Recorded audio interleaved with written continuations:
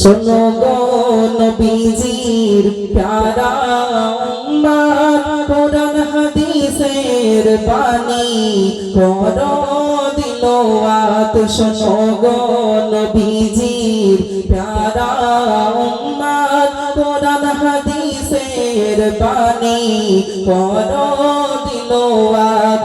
ইমাম মেহেদী আসার হলো বুঝি সময়, ইমাম মেহেদী আসার হলো বুঝি সময়। তাই দেখা দেয় কিয়ামতের আলামাত। শোনো গো নবীজির প্যারা উম্মত, কোরআন হাদিসের বাণী করো দিলওয়াত।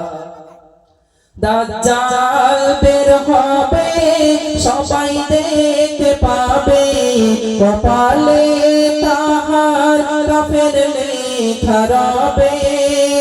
কিয়ামতের ওই আলামতে দোজখ জান্নাত থাকিবে আর দুটি হাতে। এক চোখ কানা সে থাকিবে, মুর্দাকে জিন্দা করে ফেরাবে হায়াত। শোনো গো নবীজির প্যারা উম্মত, কোরআন হাদিসের বাণী করো দিলওয়াত। জুলকার নোচের পাঁচিল যে ভাঙিয়া ইয়াজুজ মাজুজ বাহির হইয়া, যাহা কিছু পাবে তারা সব খাবে।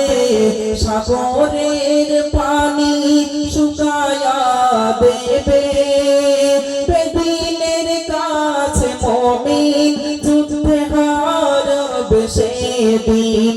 ঈসা নবী আসিবে, মুসলিমের হবে জয় লাভ। শোনো গো নবীজির প্যারা উম্মত, কোরআন হাদিসের বাণী করো দিলওয়াত। 70টি আলামত প্রায় আজ দেখা যায়, সৌদিয়া নদীর পানি তাই বুঝি শুকায়।